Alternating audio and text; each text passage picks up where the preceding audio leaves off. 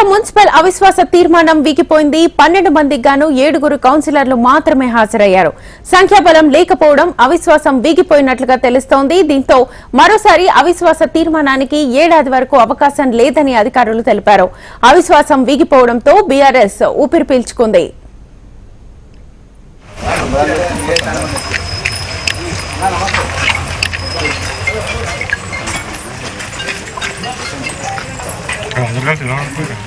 వాళ్ళు vice chairman వాళ్ళే పెట్టుకున్నారు తప్ప మిగతా వాళ్ళకి డెవలప్మెంట్ డబ్బులు ఇచ్చారా?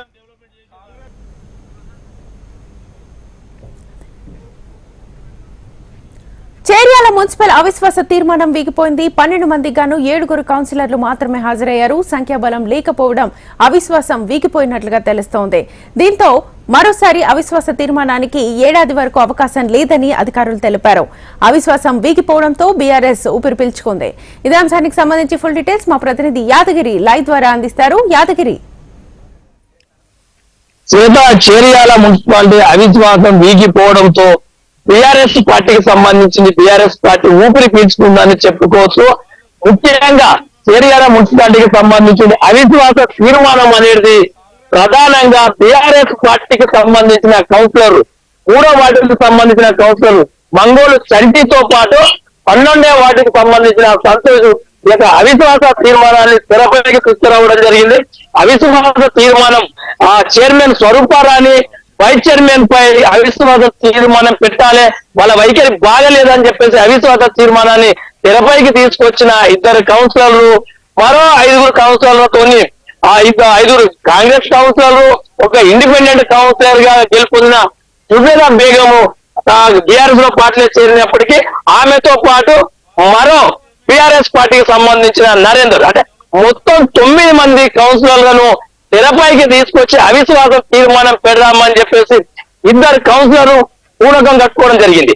దానిలో భాగంగానే మొన్నటికి మొన్న సిద్దిపేట కలెక్టర్ కార్యాలయానికి చేరుకొని అవిశ్వాస తీర్మానం ప్రవేశపెట్టడానికి మేము సిద్ధంగా ఉన్నాము అని చెప్పేసి కలెక్టర్ వినతి పత్రం ఇవ్వడం కూడా జరిగింది. దానిలో భాగంగానే నేడు అవిశ్వాసానికి అధికారులు కూడా ఏర్పాటు కూడా చేయడం చెప్పి బల నిరూపణ చేసుకోవాలని కూడా వాళ్ళు సూచన చేయడం. అంటే ఈ రోజు ఉదయం 10:30 నుండి 11 గంటలకు మీరు బల నిరూపణ చేసుకోవాలని చెప్పడంతోనే కేవలం 3వ వంతుగా 9 మంది కౌన్సిలర్లు ఆ యొక్క బల నిరూపణ నెగ్గించుకుంటే అవిశ్వాస తీర్మానం నెగ్గేది ఉంది.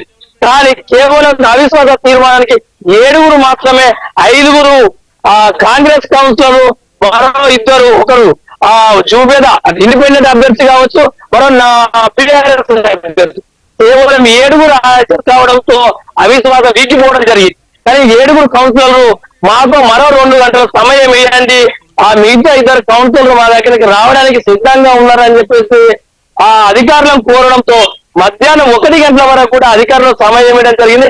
మధ్యాహ్నం 1 గంటలకు మరోసారి సమావేశం కావడంతో కేవలం 7 కౌన్సిలర్లు మాత్రమే ఆ సమావేశం రావడంతో బల నిరూపణ లేదు కాబట్టి ఖచ్చితంగా యథావిధిగానే స్వరూపారాణి మున్సిపల్ చైర్మన్ గా వైస్ చైర్మన్ గా రాజిరెడ్డి కొనసాగుతారని చెప్పేసి అధికారులు తెలుపడంతో అవిశ్వాస తీర్మానం అనేది వీగిపోవడం జరిగింది. ఈ అవిశ్వాస తీర్మానంలో మొత్తానికైతే బీఆర్ఎస్ పార్టీ సమస్యని గట్టెక్కిందని చెప్పుకోవచ్చు.